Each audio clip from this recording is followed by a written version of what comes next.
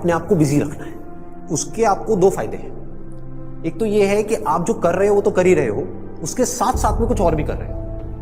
That could be as simple as say an English speaking course और a personality development course, और maybe something to do with communication skills, way of presenting yourself. ऐसी बहुत सारी चीजें हैं जो आप आजकल ऑनलाइन भी सीख सकते हो और ऑफलाइन भी सीख सकते हो।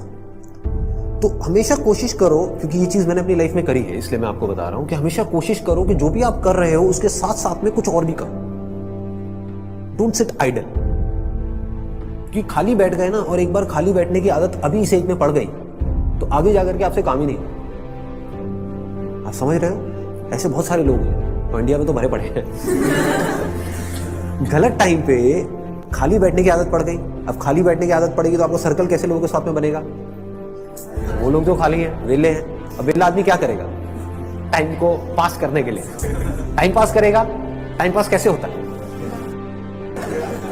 पत्ते खेलेगा, सट्टा लगाएगा, उल्टे सीधे काम करेगा, राइट? समझ आ रहा है मैं क्या कह रहा हूं? Does it make sense? कि अगर आप खाली हो गए, चॉइस आपके हाथ में है। एक ऐसा करियर चूज कर लिया जहां पर कि आप गए, कुछ क्लासेस अटेंड करी और उसके बाद में खाली हो। अब आप कह रहे हो कि यार सही है, खाली टाइम है तो आप टाइम पास करो। This is one option that you have got. Second option क्या है कि खाली टाइम है, इसको यूटिलाइज करो। Let me do something to make my self better,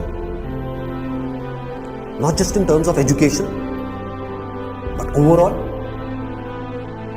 most important advice मैं आपको ये दे सकता हूं based upon my understanding and experience कि कभी भी खाली मत रहो, कुछ भी करो।